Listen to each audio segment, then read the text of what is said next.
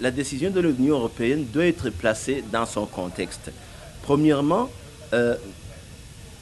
il y a un problème de respect de l'indépendance du Burundi par la Belgique, qui est notre ancienne métropole. Deuxièmement, la Belgique a un problème avec le gouvernement actuel, particulièrement le parti CNDD-FDD, parce que ce parti qui est au pouvoir a mis en place la commission Vérité et Réconciliation qui doit faire la lumière sur l'assassinat du prince Louis Rwagasore, qui est le héros de l'indépendance du Burundi.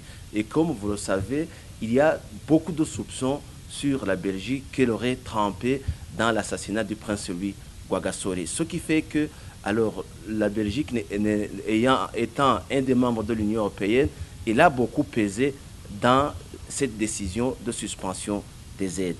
Mais pour revenir en arrière, vous vous souviendrez que avec la problématique soulevée du troisième mandat du président Nkurunziza, l'Union européenne a trouvé que les élections n'étaient pas du tout légales, qu'il n'y avait pas eu respect de l'accord d'Arusha ou bien de la Constitution.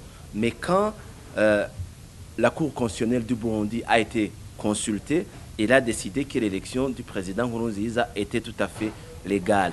Et quand la Cour de l'EAC a été consultée, elle aussi, elle a décidé que l'élection du président Nkurunziza était légale. Donc, de ce côté-là, l'élection du président Nkurunziza, l'organisation des élections ont respecté la Constitution et l'accord d'Arusha. Ce qui confirme en fait que la décision de l'Union européenne est une décision hâtive, injuste et qui n'est pas du tout neutre et qui aurait été commanditée, je dirais, par la Belgique.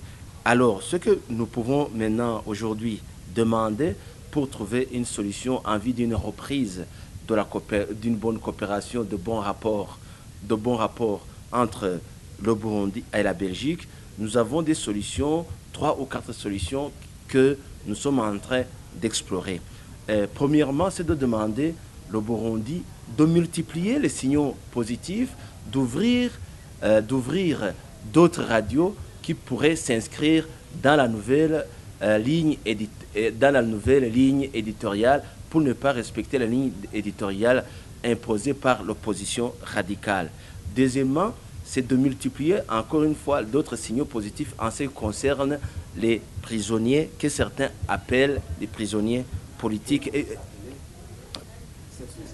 nous les appelons des prisonniers de droit commun parce qu'il y en a qui ont trempé dans les mouvements insurrectionnels, il y en a qui ont trempé dans la tentative du coup d'État du 13 mai, il y en a qui ont trempé dans l'attaque des camps militaires du 11 décembre 2015.